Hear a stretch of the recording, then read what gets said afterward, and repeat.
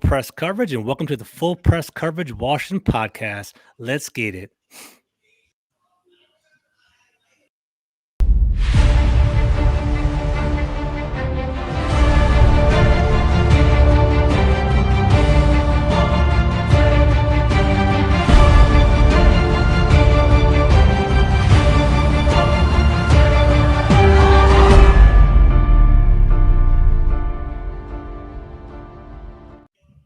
What's going on, everybody? It's George Carmi. As I mentioned before, we're kind of touching base on the Washington football team in our bye-week edition of the Full Press Washington podcast. Here, my man Rob. What's going on, Rod? How you doing, man? What's going on, George? I'm chilling, man. Glad to be on the show tonight, man. Seen a lot of amazing content before that, so I'm just glad to be a part of it. Sounds good, brother. Thank you for being here. Appreciate that. I'm also here, my man Nate Coleman. How you doing, Nate? George, thanks for having me, man. Of course, man. Definitely, man. So, Rod and Nate are two guys that are big and heavy in the Washington football community. Good friends of mine. I've been kind of, keep in touch with them for the past couple of years, talking on and off about Washington football. And, I felt it was a very appropriate time to kind of touch base with them and talk about the Washington football team at the midway point of the year. So, guys, we're sitting there at 2-6, and Washington's, is definitely have lower standards, lower expectations of what we kind of thought going into the season. And we're sitting at fourth in the division. Our offense isn't looking great. It's just kind of been a down year altogether, all the way across the board. Rod, I'm going to throw it over to you in a moment. Like, if you had to kind of think of like your biggest reason, like for what the fallout for Washington is, like what would you kind of peg it on? Would it be the coaches? Would it be the players? Like, just everything's kind of falling apart. Like, what's the one big reason, the big cause for why Washington's falling apart right now? I gotta say trust, man. That's what stands out to me, and that's on both the coaching staff and the players. Like starting top down, you look at the coaching staff; they don't trust the players to put them in the right position. I think Ron Rivera for the last few days, to me, has literally been on both sides of the fence. Is with his communications, what he's been saying. I don't know if he's blaming the players, blaming the practice. I think he canceled it and restarted it back on. And then on the player side, if you watch a game, this execution standpoint, everybody else is trying to do everybody else's job. And unfortunately, when you do that, right, you're leaving holes on the field. And we've played some opponents and some solid teams so far this season that's been able to capitalize on that. So it sucks because it's spewing into, like, I hate to say the Twitter spurts or social media where we all live. Exactly. Yeah, right. And now it's just getting toxic with fans. So it's like a huge level of distrust amongst the organization. And I think that's been the biggest fallout so far. I agree, Rod. I think it's definitely like all across the board, right? So it's on the field, there's a lack of trust. Off the field, there's a lack of trust as well. I do understand what you're saying with the whole players and kind of relating to each other and kind of, earlier in the season, we saw William Jackson try to trust his safety behind him and kind of pass off the wide receivers to him. But then, the safety wasn't there, and that builds more lack of trust. And we see these big gaps and big plays that are broken up. Also with the linebacking core as well. Like I just heard the other day with Jamin Davis, he was like, I'm just now starting to play my role, do what I'm supposed to do, because before try to overcompensate for someone else. And as you mentioned, Rod, like when you overcompensate, you leave, you're a working system. You're a cog in the system. If you don't do what you're supposed to do, it exposes the rest of the team. So I definitely with you there. Big Nate, man, what are you thinking? What's the biggest flaw? What's the biggest fallout for Washington this year? Yeah, for me, the biggest flaw is third down and fourth down, man. So on defense, we give up the most third downs in the NFL, and we give up the highest conversion rate at 56% and 60% on fourth down. So, I mean, that's pretty unbelievable. Unbelievable. If you can't stop teams in the clutch, you're not going to get there. So, and then it's like same thing, right? So I was looking at a split the other day of like Taylor Heineke. And we all know what he is. Like he's a backup, whatever. Like on first and second down, his EPA per play is right near the league average. I mean, it's close to guys like Burrow. It's close to guys like even Aaron Rodgers. On first and second down, they have similar numbers, like from an efficiency perspective. On third and fourth down, however, Taylor Heineke has the worst EPA per dropback in the NFL. Wow. So something about just like, I don't know if it's the clutch gene. I think it's a little bit of everything. I mean, in that play, we all saw the 4th and 1, the sprint out to the right. And that was kind of a good microcosm for the season. But, I mean, on that play, it's like you cut the field in half, first of all. I never liked that. I never liked cutting the field in half on like a critical down like that.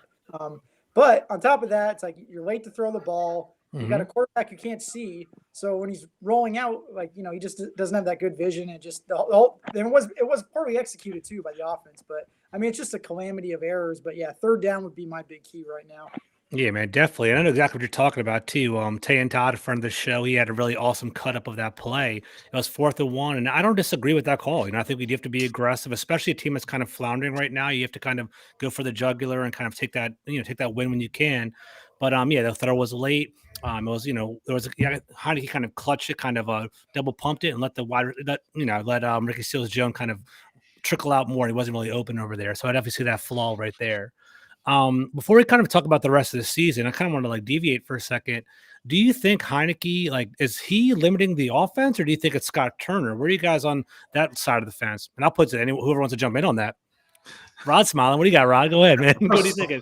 I don't hate players. I dislike their performance. Taylor Heineke has been that for me this entire year. So I'm putting everything on Taylor Heineke.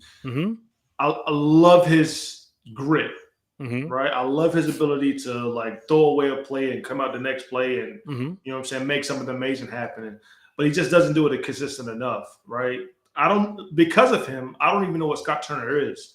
Yeah. You can say he's calling a bad game, but if you don't have a quarterback that can execute what he wants, right, it's hard and it's unfair to judge him. He's running one-legged at the backfield with Antonio Gibson dealing with his injuries. Yeah. We're just starting to see Jared Patterson a lot more in this past week. So hopefully we get a continued trend of that. But this last 2 years, his offense has been so riddled at the quarterback position. We can say it's him, but I think it's unfair to fully judge him because we don't know what he can do with a capable quarterback in this system yet, unfortunately. Yeah.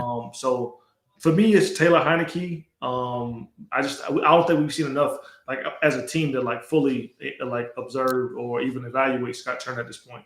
And Rod, that's a scary thought, man. So it'll be a wasted season, right? If we can't actually determine what happened with Scott Turner, whether he's a viable offensive coordinator or not. But you brought up a really good point, right? Logan Thomas is out, Antonio Gibson's nicked up, Curtis Samuel hasn't stepped on the field, our offensive line's in shambles. You don't really know. We can't really see our offense to its fullest potential, and we don't know if it's a chicken or the egg, if it's Heineke or Scott Turner. But Nate, if you could have a guess on either one, what would you say? Would it be Heineke or Scott Turner? How are you feeling about that? Yeah, so with Heineke, you're talking about a backup quarterback who's playing quarterback 28, quarterback 29, something like that. So you're getting about what you expect out of a bad backup.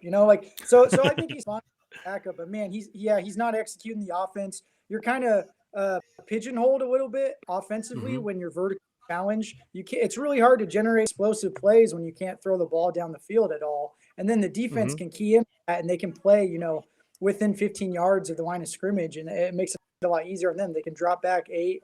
But I don't know. It's Turner looks like a genius when the quarterback plays well, but how many games have quarterback play well? I can just think of Smith against the Lions game. I can think of the Bucs game. I can think of the Falcons game. I thought Heineke played pretty good in that game. But it's kind of that chicken or the egg argument. But whenever I watch film, it seems like receivers are running open. It's just a matter of seeing them. The big critique I have with Scott Turner, because no play caller is perfect. It's definitely running the ball on 2nd and long or just long plays where it's more optimal to throw. And then it's the plays, right? On 4th, it seems like going for it for 2. I don't think he's converted one yet in his career as a play caller here. So that's something he seems to just, and I know it's execution too, but maybe he needs to switch it up and play player strengths or just simplify it. But he seems to struggle on critical downs as far as a play caller. And obviously having a backup quarterback isn't going to help you any. Yeah, definitely. I feel you guys. And a really interesting question was going on Twitter and going on social media on talk radio around here. They were talking about the rebuild altogether, right? I thought it was a really interesting question. It's is it too fair to kind of critique Ron Rivera now in this whole rebuild? And if you are going to critique Ron Rivera, is it more critiquing his coaching skills or his actual GM kind of creating the team altogether? We'll start off with Nate. I'll go back to Rod in a second. Nate, how do you feel about that? Do you think how do you feel about this whole rebuild process? Do you think we are on time? Are we in the correct pace? Do you think we're kind of regressing a little bit? And what do you think about Rivera as a coach and Rivera as a GM? What do you think about that? Yeah, I think in general, most head coaches are really overrated. I think there's only a handful of head coaches that make a huge difference, right?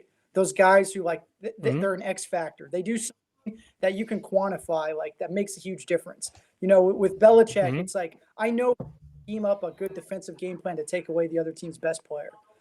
With Andy Reid, like I know he can scheme up a good, play calls and stuff like that, and McVay, etc.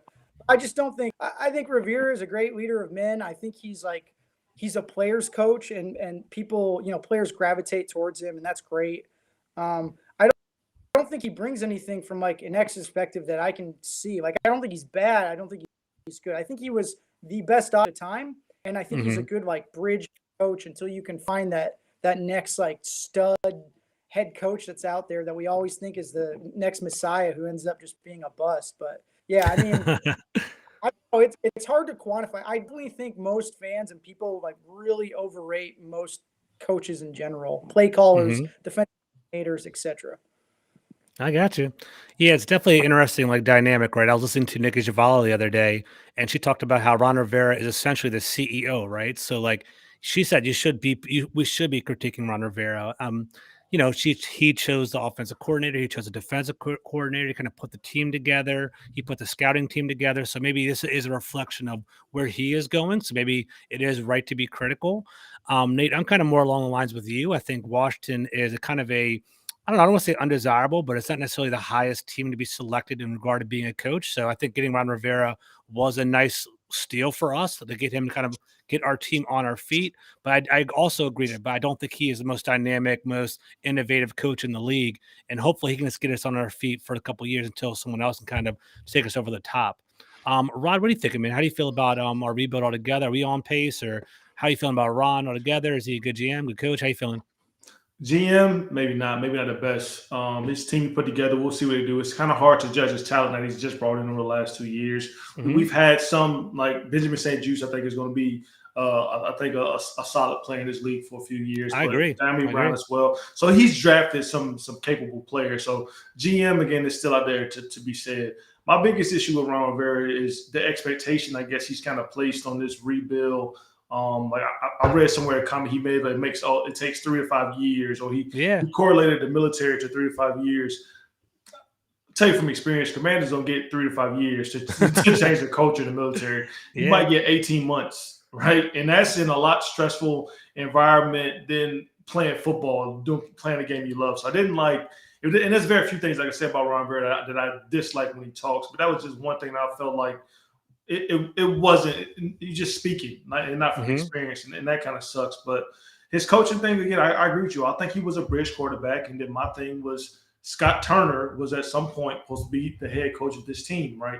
Ron Rivera teaches them how to be professionals, how to run a team, and then he passes on it to Scott Turner, right? You look at Jack Del Rio and Ron Rivera, they're like the old guard, right? They're that in-your-face player coach type of deal. That's the NFL is moving away from that. If you look at some of these coaches now, right? They're young, they're innovative, they're offensively driven. I think outside of Los Angeles Chargers, but I think they have an offensive coordinator that's very knowledgeable. They're pushing things towards the more offensive and younger at the head coaching position. So you look at the NFC East, I think you got Mike McCarthy and Ron Sirianni. Sirianni. These are older guys that within 3 to 5 years, they'll probably just be in a consultant role somewhere or specialization. They won't be full-time coaches. You'll have younger guys, the Joe Brady's, the Scott Turners of the world, right? They're going to get the opportunities. Eric and forgetting his last name in Kansas City, he'll get an opportunity at some point. Yeah, Eric Benemy, right? Exactly. Right. He's awesome. Byron Leftwich. It's a younger guys. Yeah, exactly. It's a younger guys league. So Ron Rivera, I think his task here was we need somebody to reshape this organization and put us in a better light. And I think he's doing that. But unfortunately, we also expect him to, on top of that, because of the minimal success we had last year, to build a contender in 2 years. So again, there's some level set and some expectation management, and unfortunately, he isn't helping himself with some of the comments he's making about the rebuild and the coaches and how long it'll take, because ultimately you don't have that long. Yeah, exactly.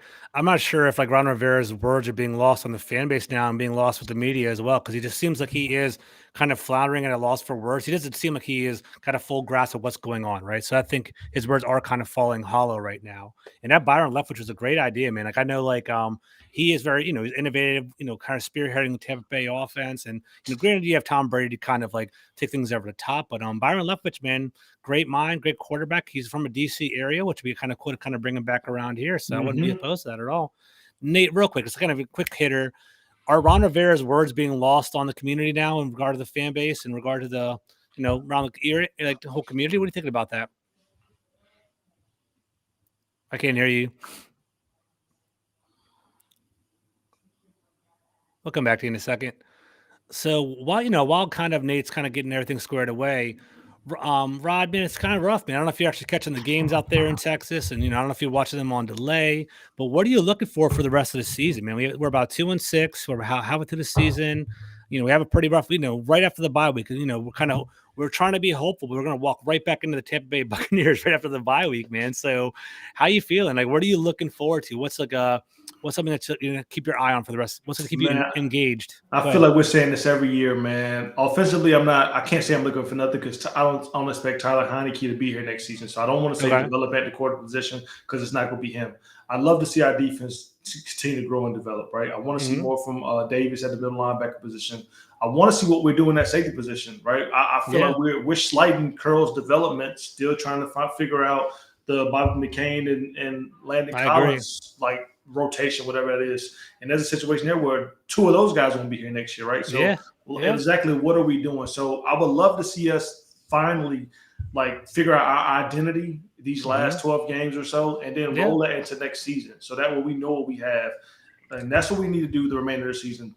Truly define who we are as a team, both offensive and defensively. So we can go into the offseason, acquire more talent, draft good, and then build on that next season. Right? That's what I want to see us in short.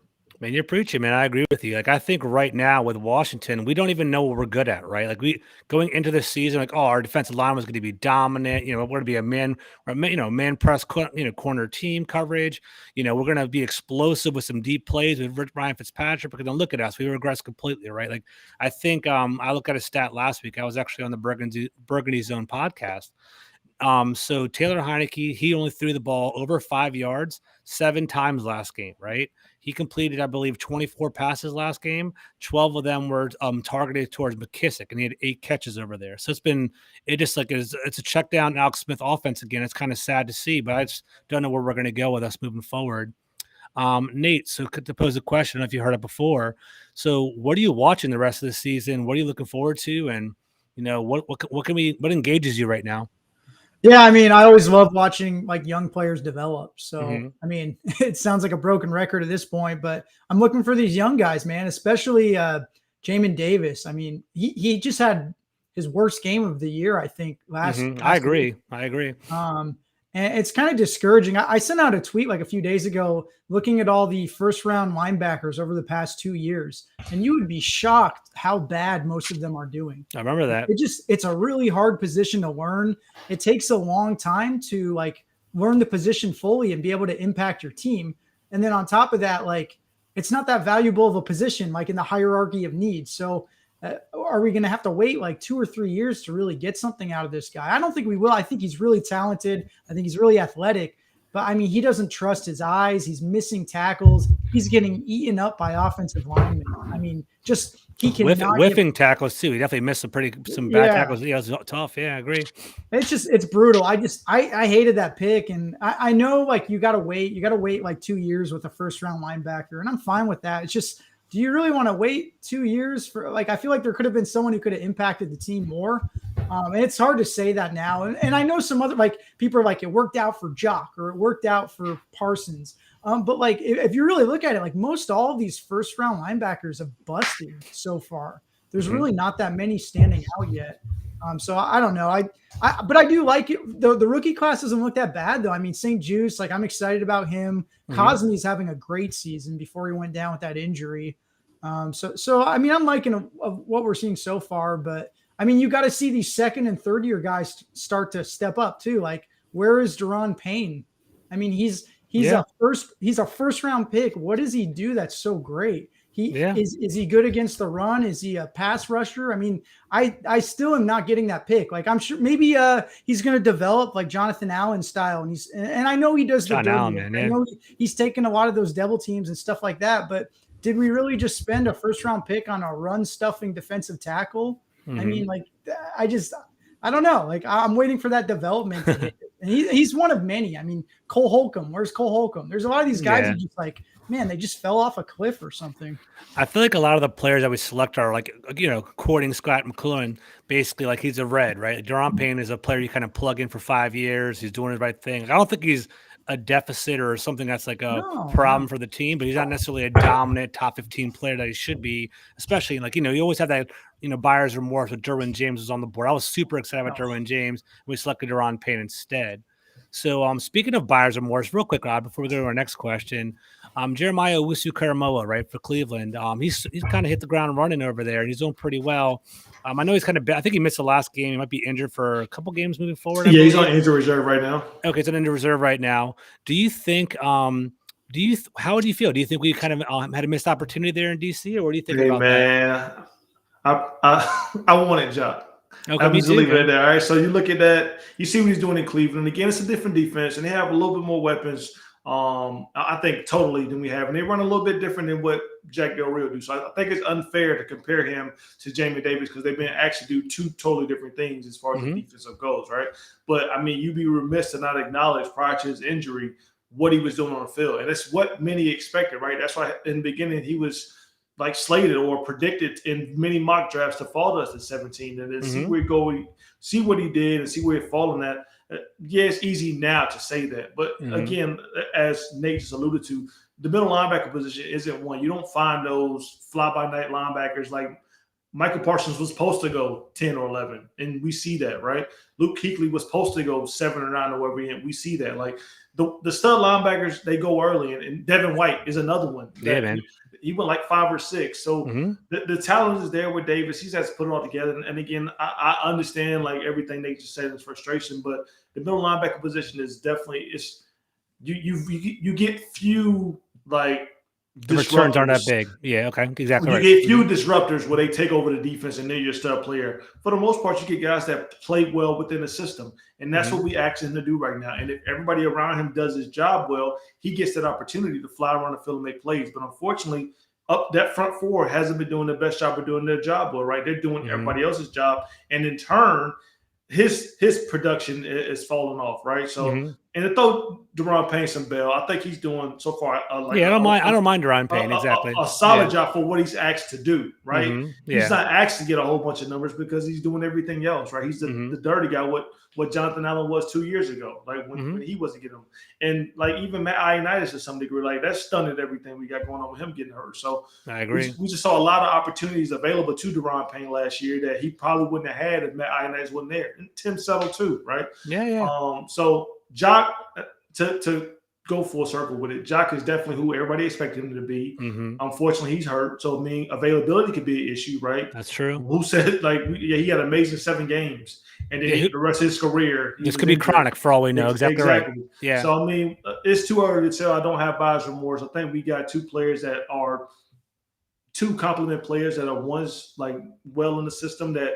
They know what they're doing. They've seen it before. And then you have another one where you have a young defense and everybody wants to make the play. Everybody wants to have 100 tackles, get paid $100 million, and then go home happy. But unfortunately, Davis is a rookie, isn't getting that opportunity yet. Gotcha, man. Totally.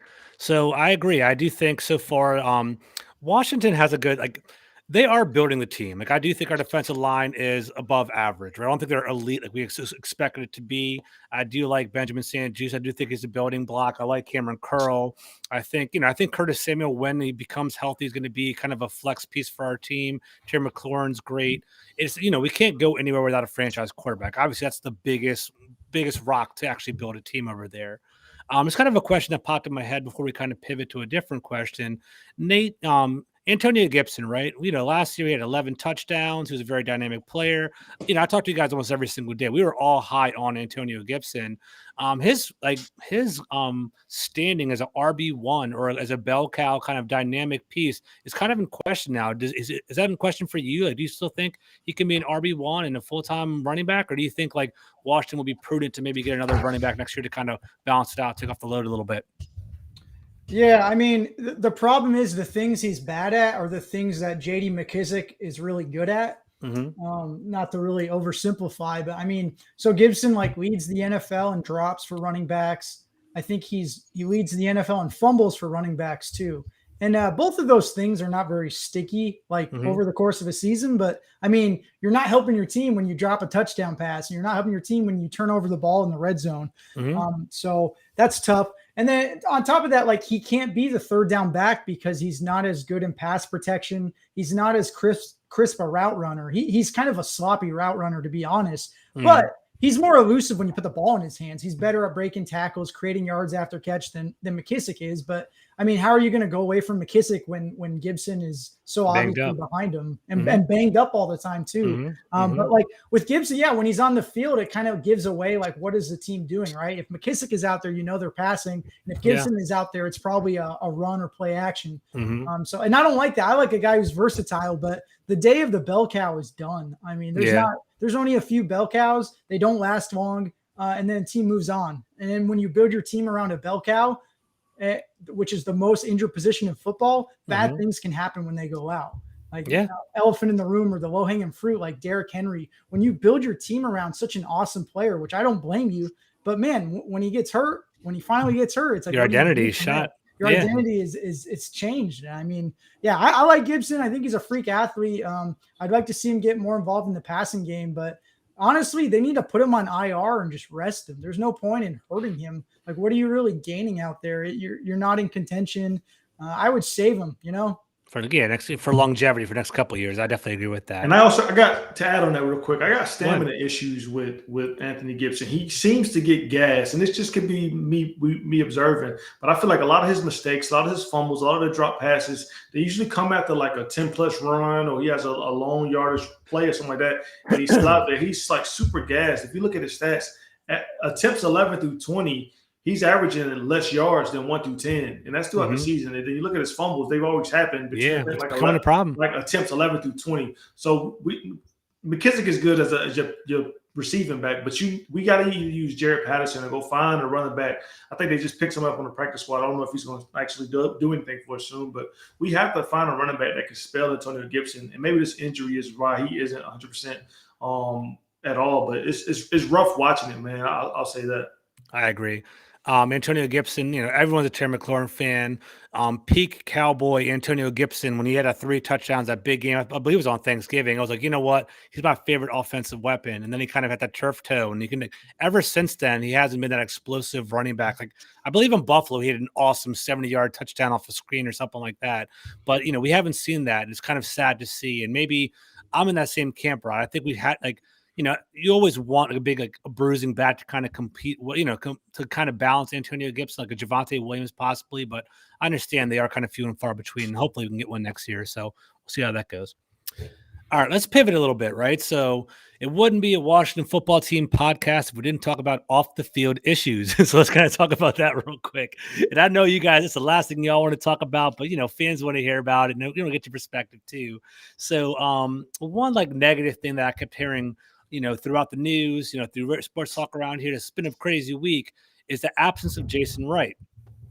Basically, we've seen this thing with Sean Taylor debacle, this emails with this Bruce Allen, John Gruden got fired. It's just messy all over the place. When things were going well, when we won the NFC East and, we're kind of this whole name change, Jason Wright was up there in front, is very celebratory and reached out to the fans. Now he's ghost, right? I'm not throwing him under the bus at all because I love the transparency that we had with, him compared to Bruce Allen. But does that resonate to you guys at all? Like, how do you feel about that? Do you care? Do you think are you more football mindset? Like, do you think a president should even be speaking for the fans? What do you guys think about that? Now, I'm going to start off with Rob. I think Rod's going to bring some fire on this one. Go ahead, Rob. What do you got, man? I say this, man. I I love what Jason Wright did. I thought it was unprecedented. We've never seen that before from a team president. He was doing weekly blogs. He was front facing. He was dancing with the fans. He was doing everything that you would want a team president / even an owner to do to some regards. Mm-hmm. Again, I truly believe as is our team, we as fans expect way more than he has to do. He is, at the end of the day, on the business side of this thing. On a great team, you couldn't even name me 5 team presidents, right? You can't tell me who's Tampa Bay. You can't tell me who's Kansas City. You can't tell me who's in the Los Angeles Rams. So you don't know this role at all, right? So he took on a task that I bet you wasn't in his job description when Dan Snyder asked him to be front-facing with it, and he was. And we should have applauded him for doing that. But to expect that from him is unfair of him, who has a multitude of other tasks he's trying to do to build his part of the thing, right? There's roles that we've never seen teams have that the Washington football team has now because of him, right? So while Ron Rivera has his issues on the field and we expect that, Jason Wright is playing a totally different game, and I will tell you, with a lot more players than we as a football team on the field is doing. The off-field product is massive. So I'm going to give him a cop-out here, or not even a cop-out. He did what he was available to do in the time he had it, during the offseason. That's what you want. There's no games. There's nothing else to talk. There's no politicking, really. He did a great job. But to want that now and say, oh, Jason, where are you to talk about this? It's unfair. Like, giving the benefit of the doubt. Yeah, I got you, man. Yeah, I agree some with mistakes. You. The fan ambassador thing, it's left a little bit on the table. I guess I don't know what that was, or if it's still going on. Shout out to if you were selected. I'm a little lost with that one. The Sean Taylor debacle, it is what it is. But he jumped out there, and whether it was him or not, he took the bullets, right? I saw that. Fell on that grenade, right? Whether it was him or not, he fell on that grenade. So that's what you want to see. The weekly stuff I can do without, because at this point of the year, it's about the on-field product. Whatever he says or does not say, it's not going to change your perspective of what happens on Sunday. So, I mean, I'm cool with him being in the backfield, taking care of stuff, and maybe preparing for this name rollout that we're going to get at the end of the season. Yeah, probably January, probably, honestly. Exactly. Yeah, so soon. 2 months. He has his hands full, man. Relax. The issue is not, and I'll be quiet for you because I know you want Nate to say it. The issue is people feel as if he's accessible because he was accessible. He was. Out of all the coaching staff, and like Coach Ron Rivera ain't on Twitter, but Jason Wright was. If there's somebody inside the organization, we took it for granted, and now we want to go to him because he was talking. But that's not really his role. So we just got to fall back and let him do him.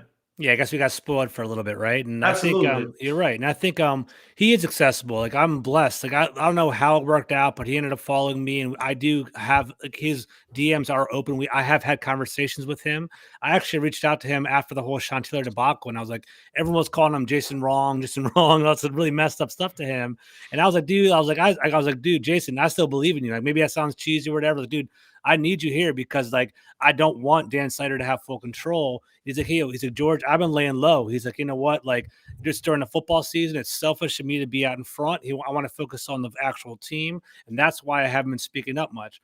Is that, PR jargon? Is he saying that to me so I can say it to other people? I have no idea. But he did say that to me. He did take the time to respond. So I do appreciate that. And I'm with you, Rod. He has a multi-billion-dollar, organization he's overlooking. It's not an easy day-to-day to answer questions from like little George Carmine over here. You know what I'm saying? He's doing what he's got to do. So I respect him over there. And they're mad about on-field stuff. Like, he can answer that. Like, he's going to Ron's he's going to pick the safety and all that. What's he going to do, man? That don't make any damn exactly. sense, man. I get you, man. Nate, man, how do you feel about that? Break it all down. Do you feel like I think Rod said exactly what I'm saying. Like, he didn't need to do all the stuff he's done. He's gone like above and beyond. So yeah, the guy is awesome. The story is awesome. He's like, for me, he's like a big role model. I mean, his story from where he came from, some of the hires they've done recently have, for the first time in a long time, kind of made me proud as a fan. I feel like for once they're being kind of progressive and finding innovative people that you wouldn't expect that are just crushing it. But honestly, it's a lot of recency bias too. A lot of the stuff he's done has been damage control for stuff that he wasn't even here for. So if you make a list of pros and cons of stuff, good stuff and bad stuff, though, I can tell you the pros definitely outweigh the bad. I mean, he's had to cover for so much that he didn't have anything to do with. Yeah. So I mean, the sky's the limit for him too. Like, I could definitely see him moving on to. You see him as like a politician or something, or I would hate for him to go into politics. I'd like to see him go into like Stay the pure, media man. or something. Yeah, I don't exactly. know. Yeah. No, I agree, man. I think he inherited a mess. I think he tried to clean up the best that he can. It just keeps on piling. He's kind of, just digging and kind of fighting his way out of it. And we'll see. Hopefully, I'm rooting for him because I do think he's a good person. And even the actual people that have accused Dan Snyder and the organization and said negative things, like Megan Imbert, like I actually have talked to her before. She's like, you know what? From what I understand, Jason Wright is a good guy. Like, she thinks that the right people are in place, but it was just so messy before with Dan Snyder and Bruce Allen and even Larry and Michael. Yeah, he just got to lose the button-up in jeans, man. That's the only thing I got. He just got to exactly throw on some slacks or something, but just take off the Sunday jeans. fit every single day is what he does. I don't know if that's Sunday no more, man. Exactly. We left that alone in like 05. You got to throw the button up I don't and the even jeans away. I feel you, brother. Thank you, man. Thank you for pointing that out. I definitely noticed that too. All right, so let's kind of bring it on home. We have 2 more questions about football. We can kind of bring it on home. So we're sitting here at 2-6. At the beginning of the season, I pegged us at 8-9. I did have the Cowboys winning the division at 10-6, and I thought the Eagles and Giants would be around like 7-10, right behind us, but kind of all jumbled together. 2-6, man. I don't know. Like 8-9 sounds pretty ambitious nowadays. We still got games against the Bucks, the Panthers, the Seahawks, the Raiders, and the rest of the NFC East. How do you think the whole season is going to play out, guys? Do you think what's our ceiling for wins? What's our floor? What do you guys think? Where do you see us kind of at the end of the year? Are we going to have a top 5 pick, a top 2 pick? Are we one of the worst teams in the league? Like, where do you guys think? Like, my question to kind of clarify is, what do you expect in regard to wins by the end of the year? We'll start off with you, Nate, and we'll go to Rod. Yeah, so I see the ceiling is like maybe 6 wins. Okay. And then I see realistically like probably 4 to 5 wins. Okay. Early in the season, before the season started, I thought we were going to get like 7 wins, 8 wins maybe. But it's basically been like worst case scenario for everything, right? You have the injuries, you have the quarterback go down. You've had a lot of good teams are playing, but I mean, it's just at this point, like I just want to get a top 5 pick. I know that sounds really, I don't know, defeatist, but I want the highest pick I can get at this point. I mean, if you're not contending, then that's what I want. I know it sounds bad, but sorry. No, it's all good. Rod, what are you thinking, man? I got us at 5 wins, man. I think we beat Carolina. We get one of the Philadelphia games. And I think depending on if Russell Wilson is there in Seattle, we might can get that one. But yeah, 5-12. I don't know if that keeps us in the top 5. Maybe in top. Well, we could be dangerous anywhere. You just got to trade some more like draft capital with it. So I would definitely a top 10 like picking team this upcoming season, or top 7 or what. But it's tough. It's tough to see optimism at this point in the season, especially with all the injuries we just tacked on to what we already had. Exactly right. Currently we sit in the 6th draft pick right now. If the season ended today, we'd be number 6 overall. I do see us we have a daunting task ahead of us. I do see about maybe 5 wins, 6 wins being realistic for us. The most devastating thing, I actually tweeted it out yesterday, is, with our current standing, it's like, the Eagles are still going to have higher draft picks above us. And same thing with the Giants currently right now. So if they wanted to rebuild and get another quarterback, they'd even leapfrog. Like, we get the scraps of their selections, which I don't necessarily feel too happy about right now. But, Rod said it, if we're going to go big, maybe we'll start trade up and go for that big swing. And I do agree to that. I think I've always been on that boat. It's ever since, even before Fitzpatrick came around. And next year, let's go for it and kind of hit it. So that brings us to our last question. It was a great segue right here, right? Going into this upcoming offseason, right? We have the rest of the year, upcoming offseason, hopefully a new team, maybe a stadium in the future. We kind of have it coming up. What do you want to see transpire this offseason? Do you want to see us go acquire a veteran quarterback? Do you want us to trade up? Do you think we should let some of our key veterans go and trade them? The world's our oyster. Imagine you guys as the GM and you guys have first dibs. So Nate, we'll start off with you, then Rod, bring it on home. What do you guys think? So Nate, if you had the GM keys, what do you want to see? Additions, subtractions, and maybe some draft picks. What are you thinking about that with Washington moving forward? Yeah, I mean, so realistically, any veteran quarterback that you would consider a franchise quarterback that could be traded, we have no shot at getting. I mean, there's a snowball's chance to me. So I'm talking about like, Derek Carr, Aaron Rodgers, Russell Wilson. It's not happening. You think about that, right? Like, you have to give up compensation. The team has to want to trade you. The other team, the player has to want to go there. You're probably going to have to give them an extension. That's a lot. That's a lot to ask. And like, which quarterback is going to want to come here, by the way?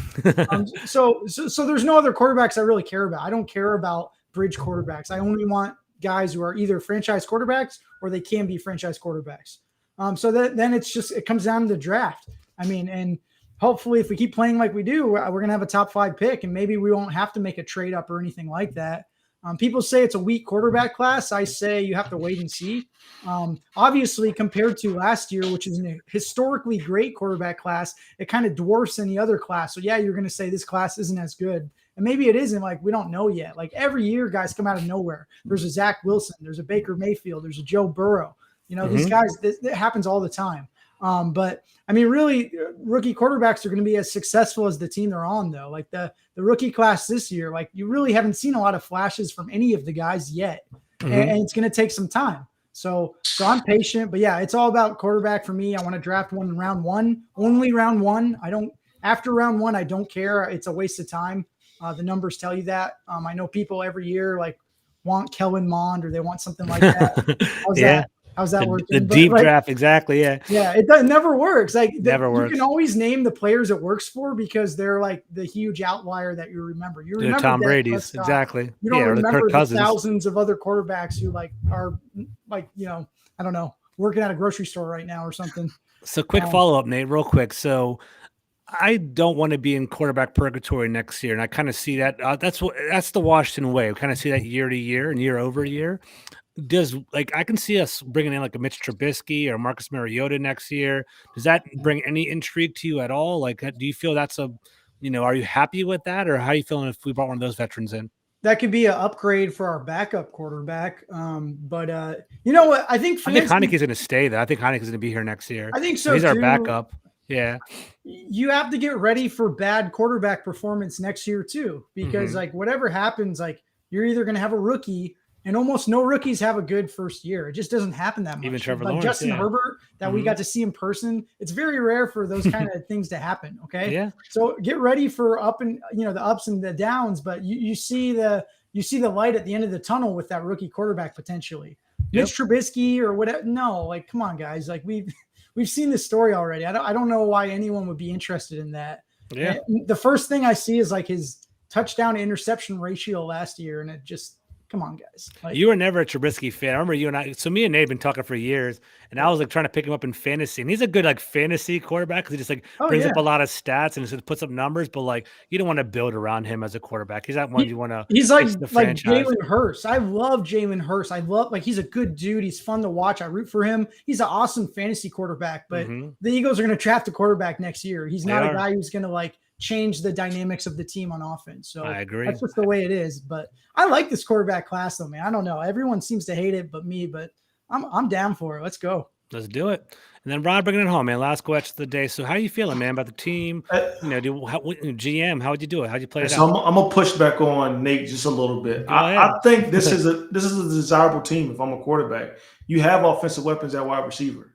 You have a stout defense. You got to make some adjustment changes, but you can sell that to I don't want to be in Green Bay Aaron Rodgers anymore, or I don't want to be in Seattle Russell Wilson anymore. They may be looking for this opportunity. So I think this is a team that we'll see us be able to bring in some credible acquisitions this offseason, my opinion. I also think whereas last year where the organization was looking at it and saying, "Oh, I'm not into trading draft picks," I think they might be a little bit more loose this offseason because they unfortunately may be on the hot seat. So if there was ever a time to go in, you might have lost that security that you had last year with 2 very under 500 seasons to where maybe I got to push in and put some of these draft capital on the table for a quarterback, right?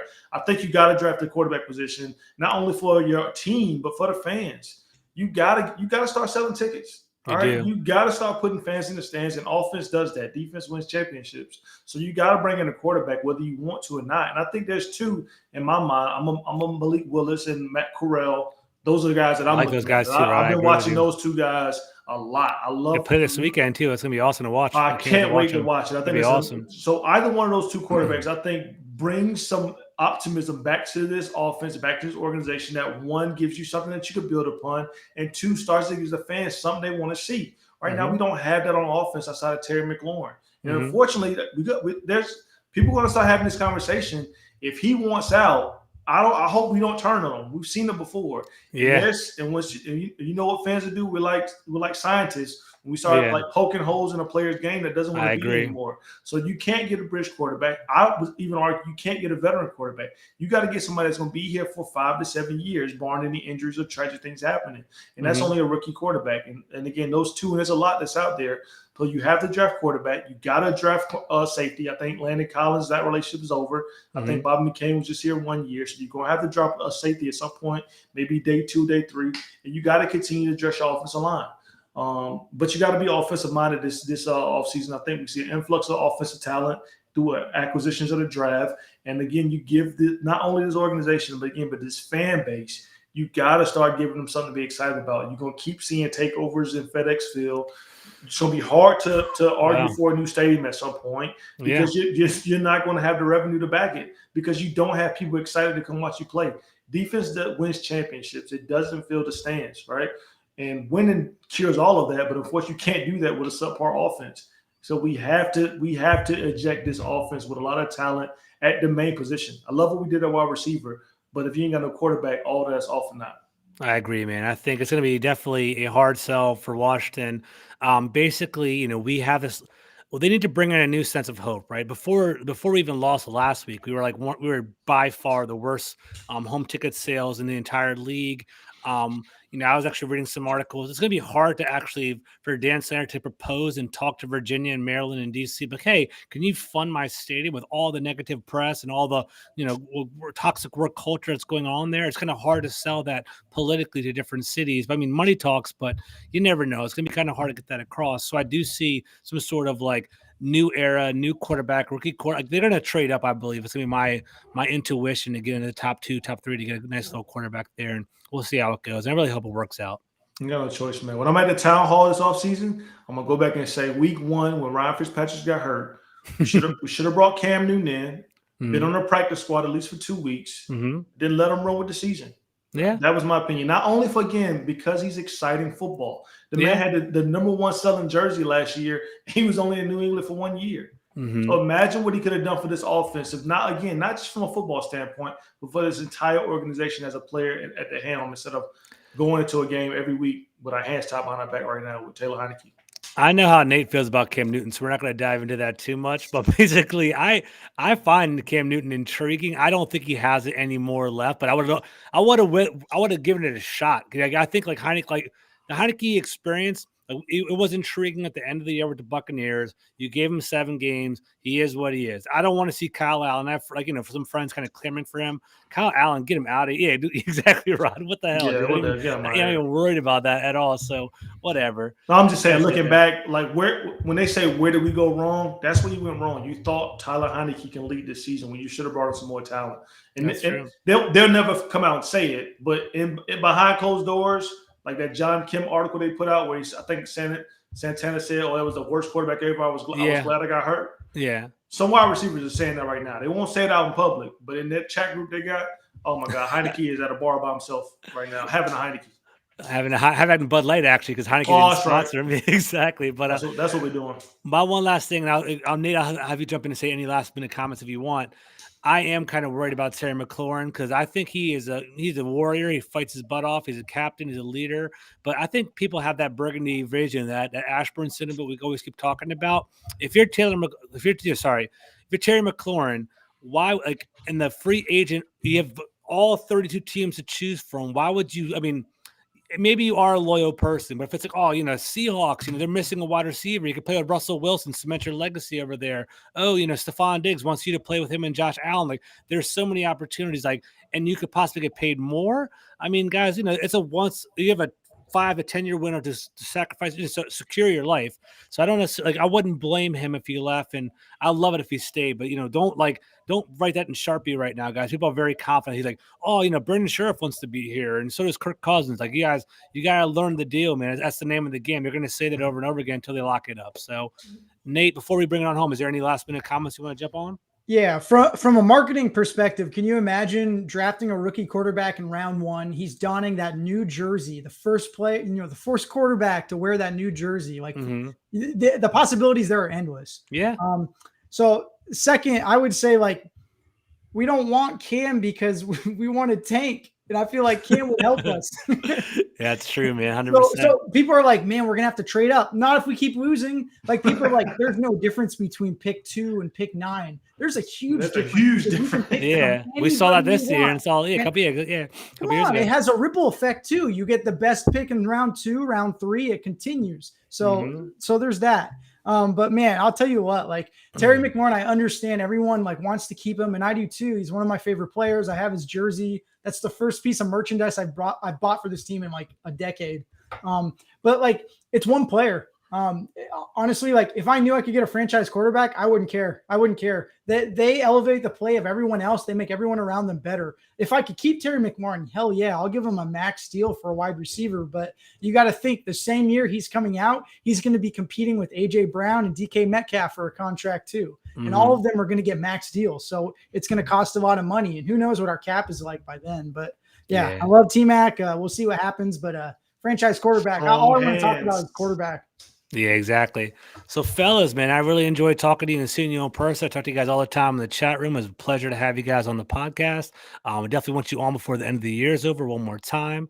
Rod, man, break it down. Tell them where they can find you on Twitter, any social stuff, any projects you're working on. Break it down for you, man. We got at Rod Murray 05 on Twitter. Always up to talk about Washington football.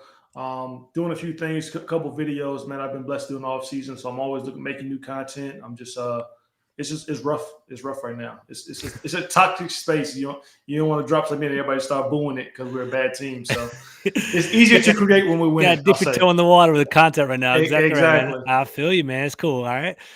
Nate, man, what's going on with you? Kind of talk about where you're at, what your socials are. Yeah, you can catch me on Twitter at JayhawkChalk. I'll probably be going to a few more games. People are complaining about going to games. Go there to interact with each other and have fun. Don't go there expecting a win. And if you don't want to go because you're mad at the team, that's okay. There's no right way to fan. Okay. I agree, man. A lot of people don't understand that. Go for whatever. Like my reason for going is I love to hang out with people and I love to see the other team's players. It was so cool to see Justin Herbert and see Patrick Mahomes in person. I mean, it was amazing. So I had a good time. But yeah, Jayhawk Chalk, you can catch me on Twitter, and thanks for having me on. Exactly. And guys, I'm George Carmi at GCarmi21. I'm editor at FPC Washington. You can find us at FPC_WSH for Washington. Same thing as Nate. I'm constantly putting out articles for the webpage. I have our Full Press Washington pod every Wednesday and Thursday. And, I definitely want to go to games too. So I'll see you guys out there. It was a pleasure talking to you guys. Drop a little comment on the, on the link below, and I'll talk to you guys later. So have a great night, guys. Take care. Go Washington. Talk to you guys later.